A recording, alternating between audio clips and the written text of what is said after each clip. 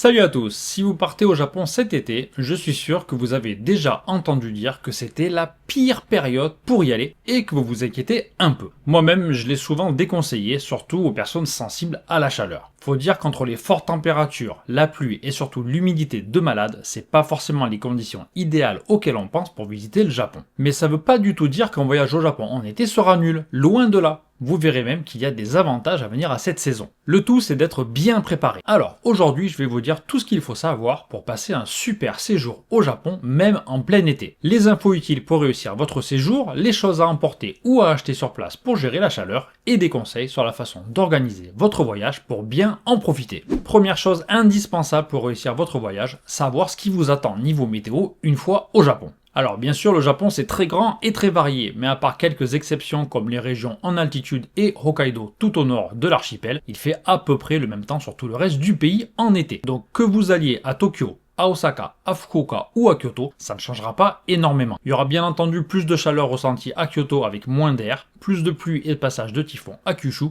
mais globalement on va dire, tout ce que je vais vous raconter à partir de maintenant sera valable pour à peu près n'importe quelle destination où vous irez en été. D'ailleurs, une petite question pas si bête au final, mais l'été au Japon, c'est de quand à quand? La réponse un peu simpliste serait de vous dire que c'est comme en France, juillet et août. Mais en réalité, si on prend en compte la chaleur, l'humidité et le temps qu'il fait, c'est plutôt de juin à fin septembre, voire mi-octobre. Au passage, en juin, c'est le début de la saison des pluies et vous entendez tout le monde dire qu'il ne faut pas venir et que c'est la pire saison, mais en fait, pas du tout. La saison des pluies à Tokyo, ce n'est pas du tout des trompes d'eau H24 pendant un mois, loin de là. La plupart du temps, il fera juste nuageux et vous aurez des éclaircies et des averses passagères. Ensuite, il y a aussi des journées superbes et ensoleillées, et effectivement, des journées où il pleuvra, mais vraiment rien d'horrible. En réalité, si on regarde les chiffres, il y a autant de jours de pluie en juin et en juillet, pratiquement autant qu'en mai et à peine moins en août. Donc si vous hésitez entre le mois de juin et juillet-août, il n'y a vraiment pas photo, venez en juin. Non seulement le temps sera pratiquement le même,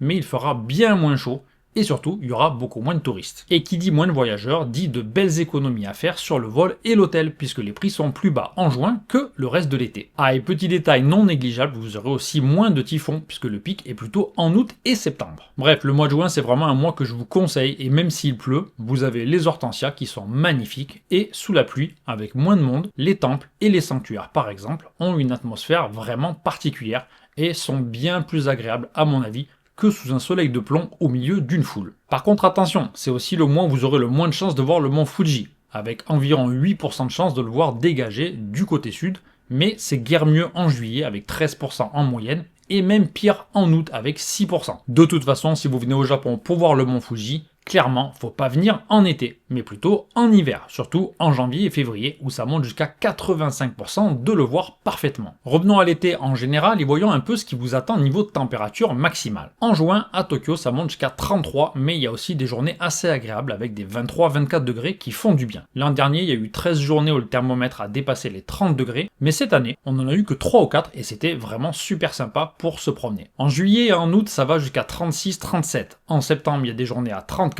et on atteint encore les 28-29 courant octobre, mais l'humidité est nettement plus basse, donc c'est quand même beaucoup plus agréable. Alors on vous dit peut-être que ce sont des maximales et qu'après tout en France aussi, il y a des canicules avec des températures aussi hautes et même supérieures, et vous aurez raison. Par contre, il y a une grosse différence, c'est qu'il n'y a pas d'humidité en France, ou très peu, et que ces canicules durent généralement pas très longtemps. 35 degrés avec très peu d'humidité ou avec plus de 80% comme c'est le cas ici la majeure partie de l'été, ça n'a rien à voir. La chaleur ressentie est bien plus élevée et c'est nettement plus fatigant. En plus, la chaleur continue quasiment non-stop pendant 4 mois. Par exemple à Tokyo, en août dernier, le maximum c'était 37 degrés, mais sur tout le mois, il y a eu 18 jours avec plus de 35 degrés et seulement 2 jours à moins de 30. Et puis la température baisse très peu la nuit. Donc si vous avez 33 ou 35 en journée, il fait encore 27 ou 28 la nuit, et l'humidité augmente encore. Vous l'aurez compris, il fait super chaud, super humide, et dès qu'on reste plus de 5 minutes dehors, même à l'ombre et sans bouger, on est en nage. L'autre grande différence avec la France, mais positive cette fois, c'est qu'il y a la clim absolument partout. Dans les cafés, les restos, les magasins, les transports et bien sûr les logements. Tout le monde a la clim à la maison et vous l'aurez aussi dans votre hôtel ou dans votre Airbnb.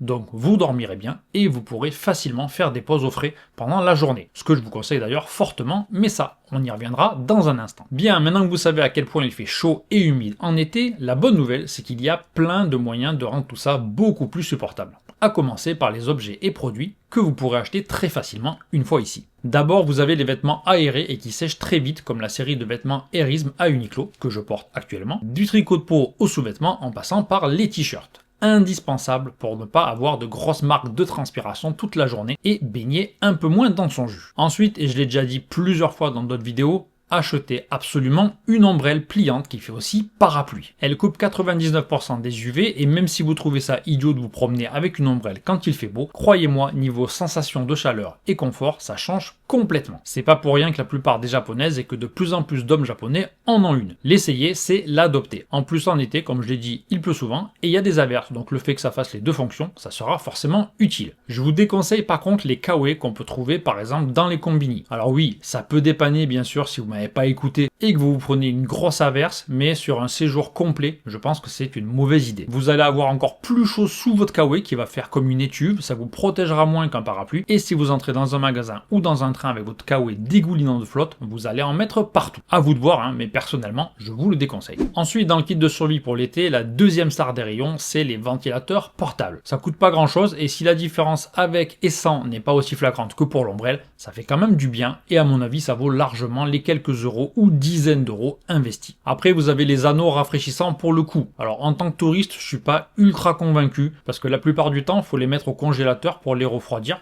et vu la chaleur, ils ne sont pas utiles très longtemps. En tant que résident, je les adore, hein, et si vous passez que 30 minutes dehors pour aller au taf ou aller faire des courses par exemple, oui, c'est top. Mais si vous avez prévu de rester dehors toute la journée, ça vous tiendra frais la première heure au mieux, et après, il faudra le porter toute la journée pour rien. Un truc plus efficace à mon avis, ce sont les lingettes rafraîchissantes que vous trouverez dans toutes les pharmacies, les combini et autres. Ça fait vraiment du bien et vous avez une sensation de fraîcheur et vous pouvez en utiliser plusieurs par jour. Il y a aussi les lingettes nettoyantes et qui sentent bon, très agréable aussi pour s'essuyer et avoir une meilleure sensation sur la peau, en plus d'une meilleure odeur, ce qui est pas plus mal. Enfin, ne sortez jamais sans une serviette en été. En général, les Japonais ont tous une petite serviette, souvent mignonne, et que vous trouverez un peu partout dans les boutiques souvenirs, les supérettes et autres magasins. Mais si vous n'êtes pas japonais et que vous transpirez plus qu'eux, ce qui est fort probable, je vous conseille d'en prendre carrément 2 ou 3, ou bien de prévoir une serviette plus grande, genre taille de serviette pour s'essuyer les mains. Là aussi, vous en trouverez très facilement une fois arrivé au Japon. Évidemment, prévoyez aussi de la crème solaire, ou achetez-en ici. Et badigeonnez-vous plusieurs fois par jour si vous êtes un peu sensible au soleil. Et tant que vous êtes dans une pharmacie, je vous conseille aussi de prendre des sprays pour repousser les moustiques, et aussi un tube très pratique avec un produit qui calme les démangeaisons,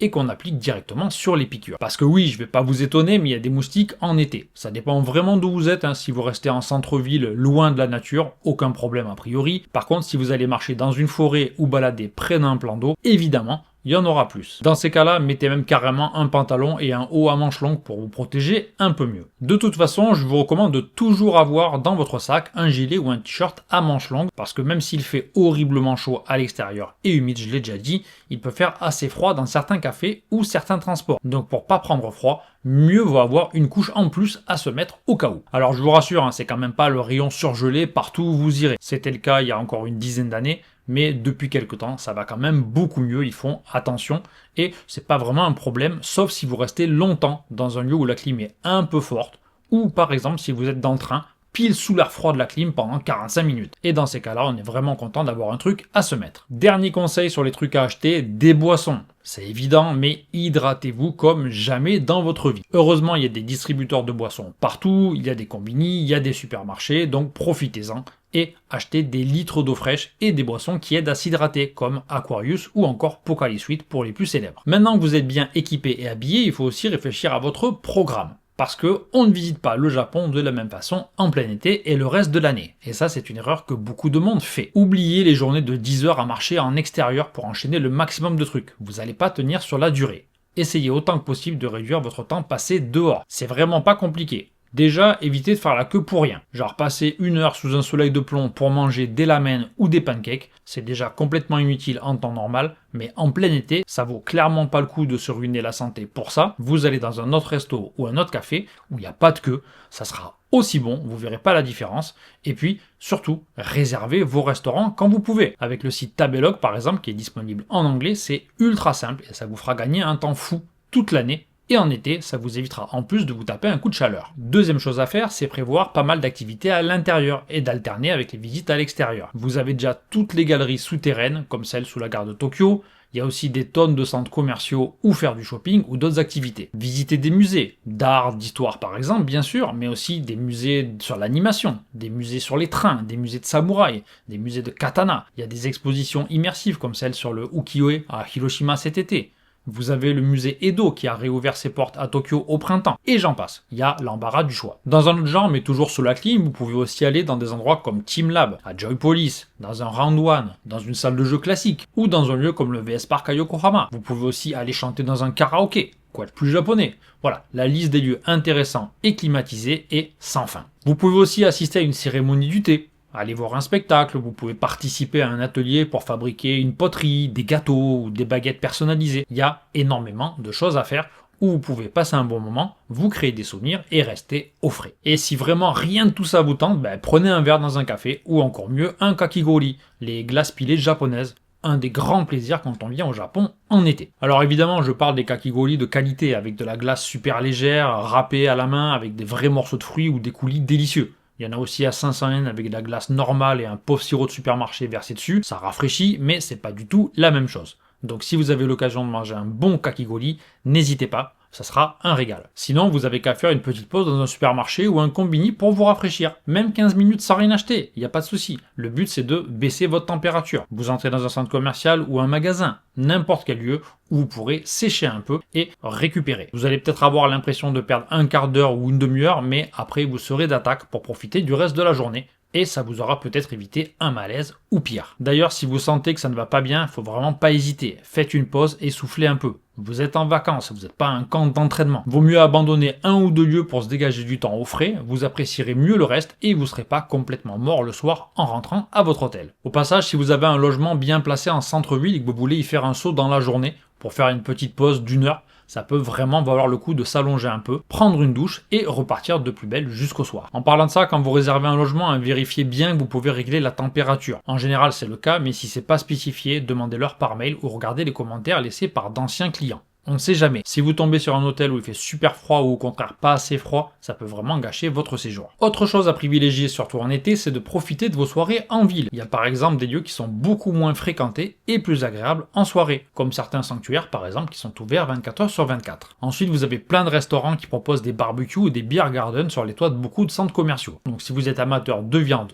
ou d'alcool, c'est une bonne soirée garantie. Et bien sûr, il y a plein de festivals et de feux d'artifice tout au long de l'été. Entre l'ambiance, les stands de nourriture, les sons et certains japonais en yukata, c'est vraiment des souvenirs incroyables. Alors bien sûr, comme j'ai dit en début de vidéo, le soir il fait encore plus humide qu'en journée, mais au moins vous n'aurez pas le soleil, donc il suffit de bien boire, et pas que de l'alcool, et ça devrait aller. Voici maintenant une liste d'avantages à venir au Japon en été. Vous pouvez monter sur le mont Fuji si ça vous tente, alors que le reste de l'année, c'est fermé. Vous pouvez faire des superbes randonnées dans les Alpes japonaises, voir des lacs d'altitude et profiter de certaines régions qui sont sous des mètres de neige une bonne partie de l'année. Si vous aimez la musique, il y a le festival Summer Sonic et aussi le Fuji Rock, même si ça contredit un peu mes conseils de ne pas rester en plein soleil toute la journée. Enfin, je l'ai déjà dit, mais je ne le répéterai jamais assez, parce que ce sont vraiment des moments forts de l'été japonais. Vous pouvez voir des feux d'artifice et faire un pique-nique l'après-midi ou la soirée, à l'ombre si possible, parce qu'un feu d'artifice ici, c'est pas juste se pointer à l'heure pour regarder debout. Tout le monde arrive plusieurs heures à l'avance, les amis, les collègues se retrouvent, les familles,